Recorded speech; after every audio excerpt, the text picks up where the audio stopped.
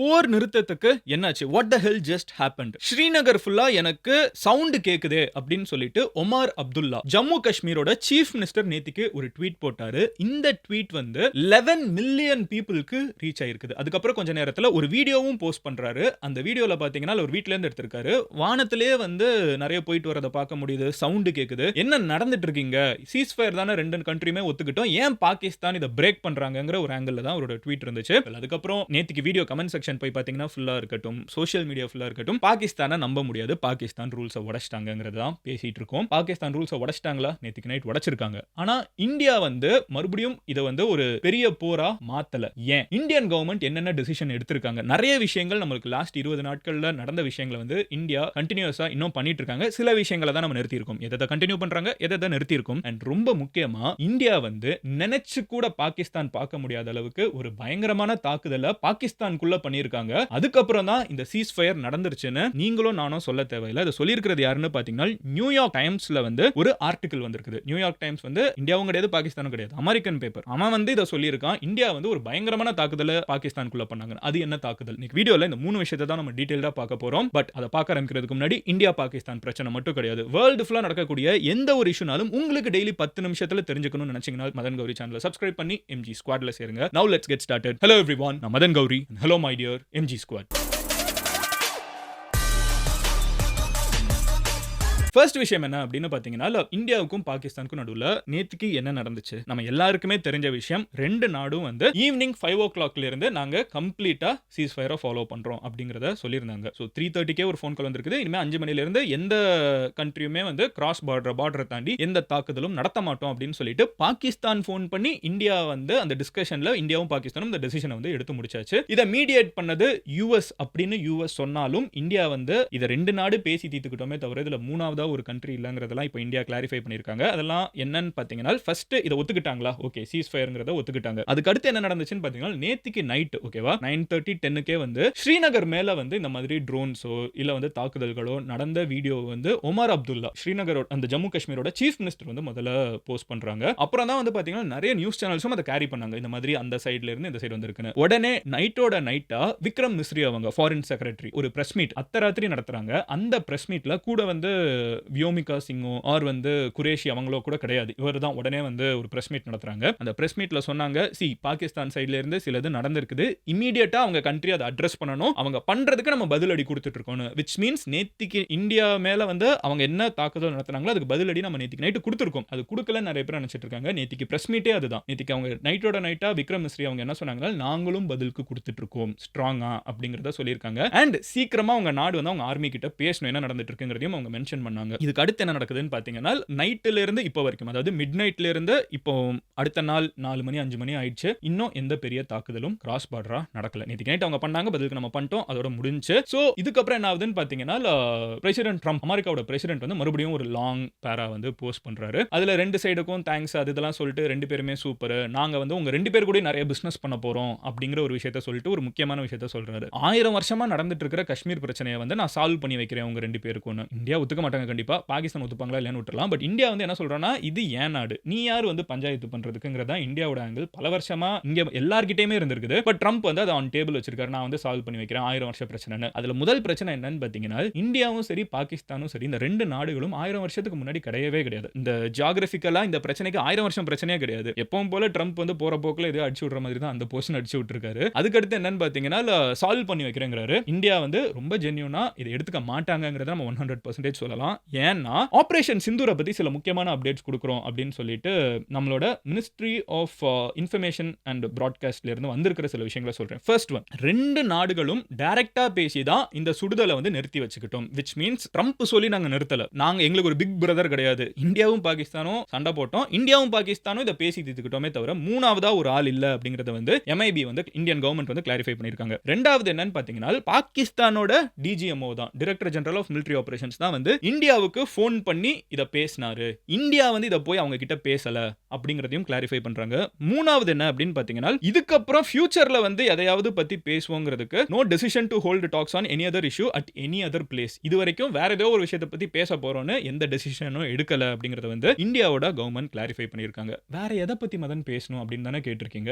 இப்போ நம்ம அங்க வர ஆரம்பிப்போம். முதல் விஷயம், இண்டஸ் வாட்டர்ஸ் ட்ரீட்டியை வந்து இந்தியா வந்து சஸ்பெண்ட் பண்ணி வச்சிருக்காங்க. Which is life line for Pakistan. Pakistan மக்கள் வாழ்றதுக்கு, அங்க இருக்கிற ஆடு மாடு வாழ்றதுக்கு வரைக்கும் வந்து தண்ணி தேவை. பாகிஸ்தானோட மோர் தென் 60-70% ஆஃப் மக்கள் வாழ்வாதாரமா நம்பி இருக்கிறது இந்தியால இருந்து போகக்கூடிய தண்ணியை நம்பி தான். ஓகேவா? அந்த தண்ணியை வந்து இந்தியா நாங்க வந்து இந்த அது ரெண்டு நாட்டுக்கு ஒரு அண்டர்ஸ்டாண்டிங் என்ன, இந்த தண்ணி இங்க இருந்து அங்க போகுது, அந்த தண்ணியை வந்து நிறுத்துறதுனாலோ இல்ல வந்து தண்ணியை திறந்து விடுறதுனாலோ எதா இருந்தாலும் உங்ககிட்ட சொல்லிட்டு தான் பண்ணுவோம். அப்புறம் வந்து இந்த தண்ணியை வந்து நாங்க எடுத்துக்க மாட்டோம். உங்களுக்கு கொடுக்க வேண்டிய தண்ணி 3 நதி வந்து அவங்க ஊருக்குள்ள போகுது, உங்களுக்கு நாங்க கொடுப்போம். இந்த மாதிரி நிறைய ஜென்டில்மேன் அக்ரிமெண்ட் வந்து பல வருஷமா ஃபாலோ பண்ணிருந்தோம். பட் இப்போ வந்து மறுபடியும் நீங்க தீவிரவாத தாக்குதலை எங்க நாட்டுக்குள்ள பண்ணிட்டு இருக்கப்போ நாங்க இதை மதிக்க மாட்டோம் போங்கடா அப்படின்னு தான் சொல்லி சஸ்பெண்ட் பண்ணி விட்டுருந்தோம். அதை நம்ம இன்னும் கேன்சல் பண்ணல. which means இந்த வீடியோ நீங்க பார்த்துட்டு இருக்கிற இந்த நொடி வரைக்கும் Indus water treaty stands suspended. India வந்து அதை ஒத்துக்கல. which means இந்தியாக்குள்ள நிறைய தண்ணி நம்ம நினைச்சா டேம் கட்டி நம்ம தண்ணியை நம்ம சைடு திருப்பிக்கலாம். ரெண்டாவது, இந்தியா நினைக்கிற நேரத்தில் பாகிஸ்தானுக்குள்ள ஃப்ளட்டை கூட உருவாக்க முடியும். டேமை திடீர்னு திறந்து விட்டாங்கன்னா நம்ம ஊர்ல கூட பாத்தீங்கன்னா வந்து பேசுவாங்க, பெருசா மழை வரப்போ சொல்லாம கொள்ளாம டேமை திறந்து விட்டாங்கன்னு யாராவது ஒரு கவர்மெண்ட் மேல அப்போசிஷன்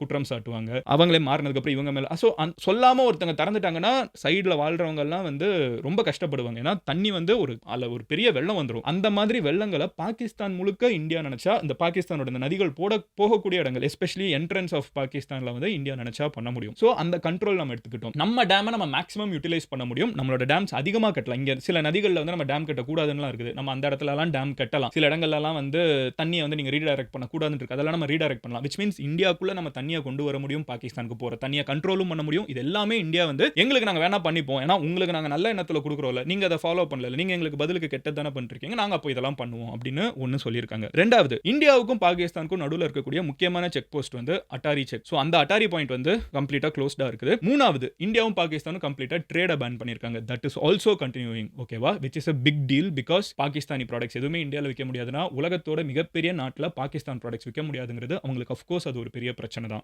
ஏன்னா அது ஒரு பெரிய மார்க்கெட், உலகத்தோட மிகப்பெரிய மார்க்கெட், இது வேர்ல்ட்லே பிகஸ்ட் மார்க்கெட் இந்தியா தான். இந்தியாவில் வந்து ஒரு ப்ராடக்ட் விற்க முடியலங்கிறது எந்த கண்ட்ரிக்குமே வந்து அது ஒரு பிரச்சனை தான். எஸ்பெஷலி பாகிஸ்தான் இந்தியாவுக்கு எதை எக்ஸ்போர்ட் பண்றதுனால ரொம்ப ஈஸியா சம்பாதிக்கலாம். ஏன்னா பார்டர் ஈஸியா ட்ரக் நம்ம ஊருக்குள்ள வந்துரும். ஓகேவா? அங்க இருந்து ஒரு தக்காளி வெங்காயம் நம்ம ஊருக்குள்ள ட்ரக்ல வரும். தமிழ்நாட்டுக்கே அங்க இருந்து வந்து நம்ம வெங்காயம் எல்லாம் வாங்கி இருக்கும் இந்த பாஸ்ட். சோ அவ்வளவு ஈஸியா கன்சியூம் பண்ணக்கூடிய ஒரு விஷயம் வந்து இப்போ கம்ப்ளீட்டா சஸ்பெண்டடா இருக்குது. அடுத்த விஷயம், ஏர் ஸ்பேஸ் வந்து ரெஸ்ட்ரிக்ட் பண்ணிருக்கோம்ல, ரெண்டு நாடும் மாத்தி எங்க மேல பறக்க கூடாது உங்க ஃபிளைட்லாம், அது இன்னும் இருக்குது. which I guess ரெண்டு நாடும் சீக்கிரமா லிஃப்ட் பண்ணிடுவாங்கன்னு. ஏன்னா அது வந்து இதுல மூணாவதா ஒரு கமர்ஷியல் பிளேயர்ஸ் இருக்காங்க, ஃபிளைட் ஆபரேட்டர்ஸ் இருக்காங்க. எப்பவுமே பிசினஸ் வந்து பெருசா பாதிக்க விட மாட்டாங்க. மோஸ்ட் எனக்கு தெரிஞ்சு அதை லிஃப்ட் பண்ணிடுவாங்கன்னு நினைக்கிறேன். அது ஏன்னா அது லிஃப்ட் பண்றது இந்தியாவுக்கு நல்லது மோர் தென் பாகிஸ்தான். ஏன்னா நம்ம ஃபிளைட் வந்து ஈஸியா அவங்க மேல, நம்ம ஃபிளைட் தான் நிறைய இருக்குது, அவங்க கிட்ட ஃபிளைட்டே ஒரு ஃபிளைட் தான் இருக்குன்னு நினைக்கிறேன். எங்களோட நேஷனல் கேரியர் அதை தாண்டி பெருசா இல்ல. நம்ம கிட்ட தான் ஒரு த்ரைவிங்கான ஒரு இண்டஸ்ட்ரி இருக்குது. அதுக்கு அடுத்து விசா சர்வீஸ் வந்து ஹால்ட் பண்ணி வச்சிருக்கோம். தம்பி நீங்க பாகிஸ்தான்ல இருக்கவங்களா அங்கே இருங்க, இந்த சொந்தக்காரங்களை பாக்குறீங்களா இங்க வராதீங்கன்னு நம்ம சொல்லியிருந்தோம். அது தட் ஸ்டாண்ட்ஸ். ஸோ இந்த மாதிரி நிறைய விஷயங்கள் வந்து நம்ம எதாவது டெசிஷன் எடுத்திருந்தோமோ அதெல்லாம் கண்டினியூ ஆயிட்டு இருக்குது. ஓகே, அதெல்லாம் நிறுத்தப்படல. பாகிஸ்தானோட கிரிக்கெட் பிளேயர்ஸோட சில அக்கௌண்ட்லாம் கூட இங்க நிறுத்தி வச்சிருந்தாங்க. அதெல்லாம் இன்னும் தெரிய ஆரம்பிக்கல. அட்லீஸ்ட் நான் பார்த்த வரைக்கும் தெரிய ஆரம்பிக்கல. அதுக்கப்புறம் தெரியல. ஸோ இதெல்லாம் வந்து இந்தியா கண்டினியூ பண்ணுது. அண்ட் இந்தியா வந்து இதுல நிறைய பேர் வந்து இந்தியா விட்டுட்டாங்க. இந்தியா விடலாம் இல்ல. இந்தியா என்ன பண்ணிருக்காங்க ஒரு முந்தின நாள் நைட்டுன்னு சொல்றேன். அதுக்கப்புறம் தான் இதை ஃபுல்லா பேசி எல்லாமே சுமூகமாக்கி இருக்காங்கன்னு நியூயார்க் டைம்ஸ் சொல்லுது. அதை நான் உங்களுக்கு அந்த ஆர்டிகல் பேர் என்ன நான் சொல்றேன், சர்ச் பண்ணி வாசிக்கணும்னு நினைச்சா வாசிங்க. Reluctant at first Trump officials intervened in South Asia as nuclear fears group அப்படிங்கிற ஒரு டைட்டில்ல வந்து நியூயார்க் டைம்ஸ் வந்து ஒரு ஆர்டிகல் போட்டிருக்காங்க. which means முதல்ல வந்து யூஎஸ் வந்து இதுல ரெண்டு இந்தியா பாகிஸ்தான் பிரச்சனைக்குள்ள இன்வால்வ் ஆக இஷ்டப்படல. பட் இங்க அணு ஆயுத பயம் வந்து அதிகமா வர ஆரம்பிச்சதுனால தான் உள்ள இன்டர்வீன் பண்ணாங்க. அப்படியே அணு ஆயுத பயம் வந்துருச்சுன்னு கேட்டீங்கன்னா நூர் கான் ஏர் பேஸ் ராவல்பிண்டியில இருக்குது. ஓகேவா? பாகிஸ்தான் இஸ்லாமாபாத் கிட்ட இந்த இடத்துக்கிட்ட தான் வந்து அவங்களோட அணு ஆயுத சக்திகள்லாம் இருக்குல்ல. அது அவங்க பாகிஸ்தான் ஃபுல்லா ஸ்ப்ரெட் பண்ணி அந்த ஹெட் எல்லாம் வச்சிருந்தாலும் அதோட கண்ட்ரோல்லாம் இங்க தான் இருக்குதுன்னு சொல்றாங்க. அந்த இடத்துல நம்ம வந்து ஒரு ஸ்ட்ராங்கான நூர்கான் ஏர் பேஸ் அது கிட்டயோ அந்த இடத்துலயோ இருக்குதுன்னு சொல்றாங்க. இந்த நூர்கான் ஏர் பேஸ் வந்து பாகிஸ்தானோட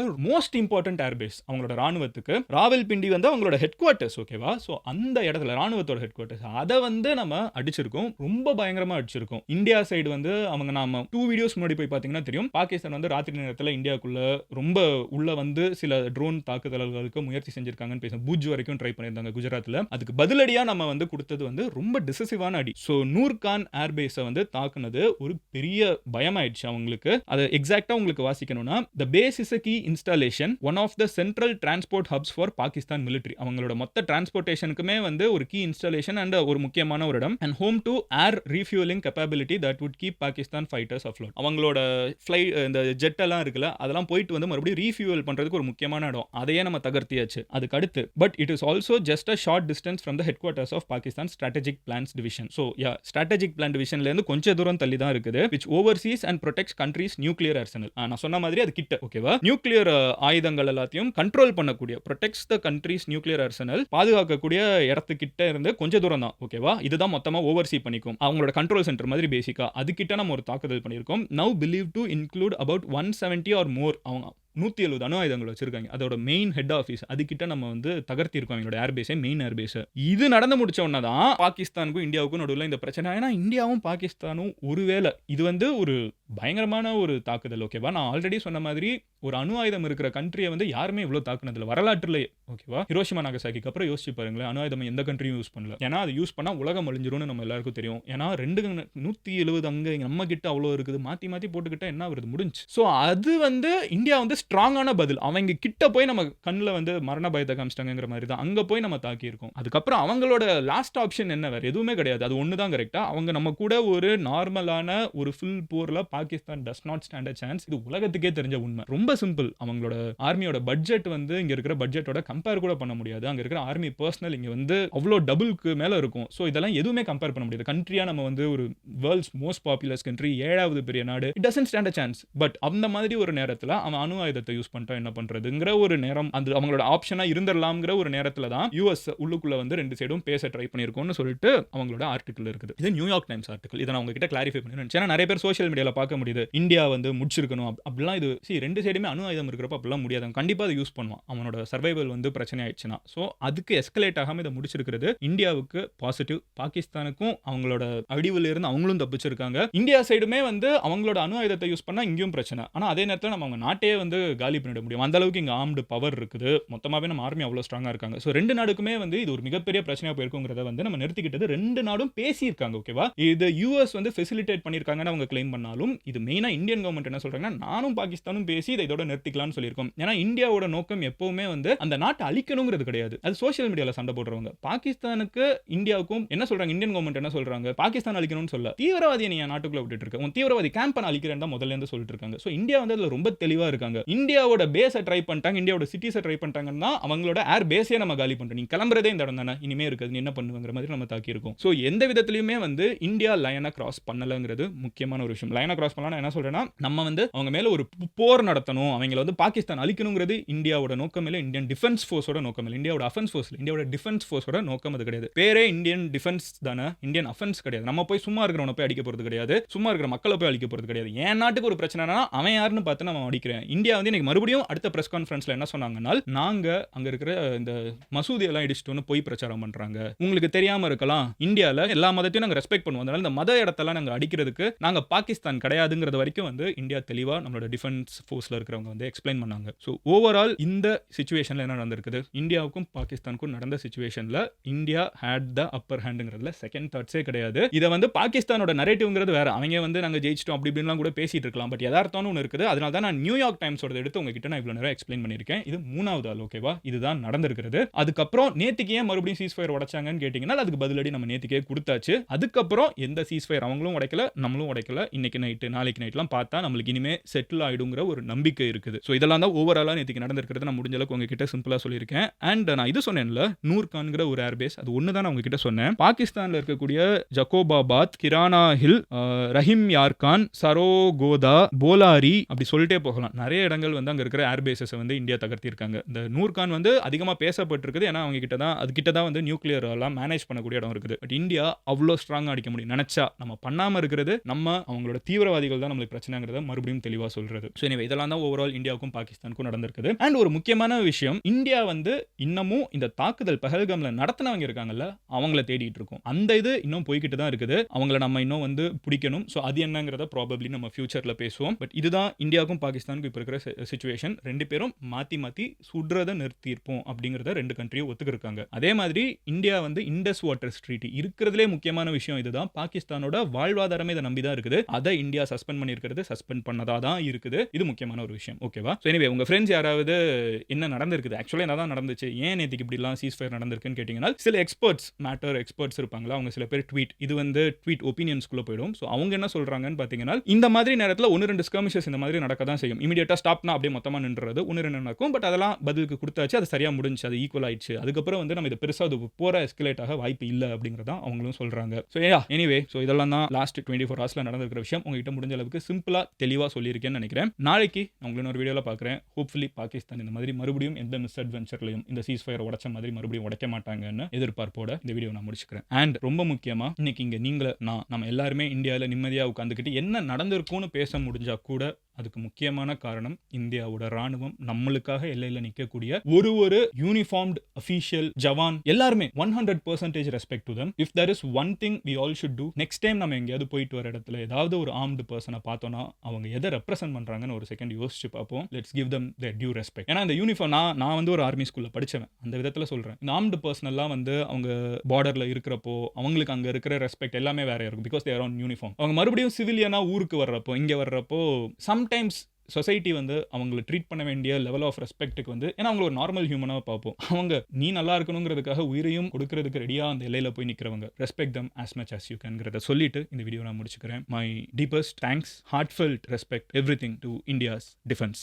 நாளைக்கு உங்களோட இன்னொரு வீடியோவில் பார்க்குறேன். நீங்கள் பர்சனலாக ஃபாலோ பண்ணணும்னு நினச்சிங்கன்னா இன்ஸ்டாகிராமில் மதன் கோரின்னு சொல்லி சர்ச் பண்ணுங்கள். உங்களால் நாங்கள் வந்து ஃபாலோ பண்ண முடியும். Love you all, take care, bye, cheers and Jai Hind.